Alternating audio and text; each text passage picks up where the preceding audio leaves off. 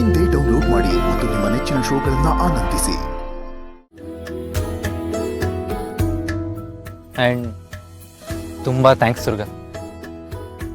ನೀನು ನಮಗೆಲ್ಲ ಎಷ್ಟು ಹೆಲ್ಪ್ ಮಾಡಿದ್ಯಾ, ಎಷ್ಟು ಸಲ ಹಿತನ ಕಾಪಾಡಿದ್ಯಾ ಅಂತ ಎಕ್ಸ್ಪ್ಲೇನ್ ಮಾಡೋದಕ್ಕೆ ನಾನು ಬರಲ್ಲ. ನಗುನೇ ಮರ್ತಿದ್ದ ಹಿತ ಮುಖದಲ್ಲಿ ನಗು ಬರೋ ಹಾಗೆ ಮಾಡಿದೆ. ಅವಳು ಮತ್ತೆ ಕೂದಲು ಕಟ್ಕೊಳ್ಳೋ ಹಾಗೆ ಮಾಡಿದೆ. ಎಲ್ಲದಕ್ಕಿಂತ ಹೆಚ್ಚಾಗಿ ಅವಳು ಮಾತಾಡೋ ಹಾಗೆ ಮಾಡಿದೆ. ನೀನು ಮಾಡಿರೋದು ಪವಾಡ ಅಂತ ನಿನಗೆ ಗೊತ್ತಿಲ್ಲ ದುರ್ಗಾ, ಆದರೆ ನಮ್ಗದು ಅರ್ಥ ಆಗಿದೆ. ಹಿತ ಈಗಲೂ ನನ್ನನ್ನು ದ್ವೇಷ ಮಾಡಬಹುದು, ಆದರೆ ಮುಂದೊಂದು ದಿನ ಸರಿ ಹೋಗ್ತಾಳೆ ಅನ್ನೋ ಭರವಸೆ ನಮಗೆ ಬರೋ ಹಾಗೆ ನೀನು ಮಾಡಿದ್ದೆ.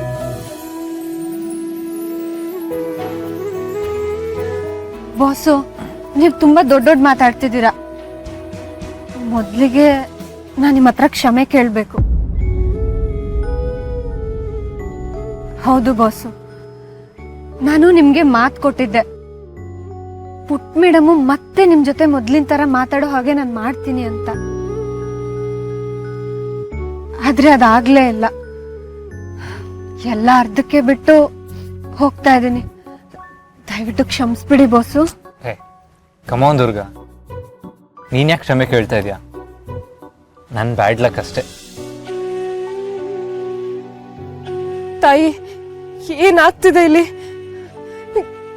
ಎಲ್ಲ ನಾನು ಅನ್ಕೊಂಡಿದ್ದ ಹಾಗೆ ಆಗ್ತಿದೆ ಅಂತ ಅನ್ಕೊಂಡೆ, ಆದ್ರೆ ಇದ್ದಕ್ಕಿದ್ದ ಹಾಗೆ ದುರ್ಗನ್ ಮದ್ವೆ ವಿಷಯ ಯಾಕೆ ಬಂತು? ಶರತ್ ಮತ್ತೆ ದುರ್ಗಾ ಯಾಕೆ ದೂರ ಆಗ್ಬೇಕು? ಇವರಿಬ್ರೆ ಯಾಕೆ ಜೋಡಿ ಆಗ್ಬಾರ್ದು? ತಾಯಿ, ಏನ್ ನಿನ್ನ ಉದ್ದೇಶ? ಸರಿ ದುರ್ಗಾ, ನಾಳೆ ನಿನ್ನ ಮದುವೆ ಇಟ್ಕೊಂಡು ಇಲ್ಲೊಬ್ಳೆ ಕುತ್ಕೊಂಡು ಏನು ಮಾಡ್ತಾ ಇದೀಯಾ? ನಾನು ದೇವಿಯವರು ಕಾಯ್ತಿದ್ದೆ. ಸರಿ ಹೋಗೋ ಆ ಸಮಯ. ದೇವಿಯವ್ರು ಎಲ್ಲಿ ಹೋದ್ರು? ನಾನು ದುಬೈಗೆ ಹೋಗ್ಬಿಟ್ರೆ ಅವ್ರು ನನಗೆ ಸಿಗೋದೇ ಇಲ್ವಲ್ಲ. ಯಾಕೆ? ನಿಮ್ಮ ದೇವಿಯವರು ದುಬೈಗೆ ಬರ್ಬೋದಲ್ಲ? ಅವ್ರು ಹೇಗೆ ಬರ್ತಾರೆ? ಅವ್ರು ಹೇಗೆ ಬರ್ತಾರೆ? ನಿಮ್ಮ ದೇವಿಯವ್ರಿಗೆ ದುಬೈಗೆ ಬರೋದಕ್ಕೆ ಪಾಸ್ಪೋರ್ಟು, ಫ್ಲೈಟ್ ಟಿಕೆಟು ಎಲ್ಲ ಬೇಕಾಗುತ್ತಾ? ಅಲ್ಲ ಬಸ್ಸು, ದೇವಿ ದುರ್ಗಾ,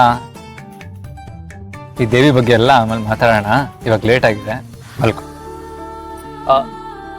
ಇನ್ನೊಂದು ವಿಷಯ, ನಿನ್ನ ಗಂಡನ ಮುಂದೆ ಈ ದೇವಿ ವಿಚಾರ ಎಲ್ಲ ಮಾತಾಡಬೇಡ. ಆಮೇಲೆ ಯಾವ ಲೂಸನ್ ಕಟ್ಕೊಂಡ್ಬಿಟ್ನು ಅಂತ ಅನ್ಕೊಂಡ್ಬಿಡ್ತಾನೆ.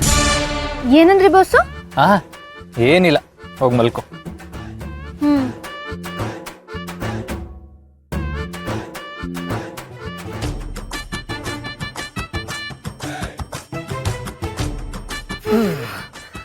ಆಯ್ತಾಯ್ತಾಯ್ತಾಯ್ತು. ಇದು ನನಗೆ ಫೇರ್ವೆಲ್ ಗಿಫ್ಟ್ ಅಲ್ವಾ? ಓಕೆ. ಇವಳು ಮದುವೆ ಆಗೋ ಗಂಡಿಗೆ ನಾನೊಂದು ಬಟ್ಟೆ ಅಂಗಡಿನ ಗಿಫ್ಟ್ ಕೊಡಬೇಕು ಅಂತ ಅನ್ಸುತ್ತೆ. ಇಲ್ಲಾಂದ್ರೆ ಪಾಪ ದಿನ ಖರ್ಚು ಅವನಲ್ಲಿ ತರ್ತಾನೆ. ಪರವಾಗಿಲ್ಲ ಹೊರಡು. ಈ ದೇವಿಯವ್ರು ಎಲ್ಲಿ ಹೋದ್ರು? ಛೇ, ನಾನು ಅವ್ರನ್ನ ಭೇಟಿ ಮಾಡ್ದೇನೆ ಹೋಗ್ತೀನಾ?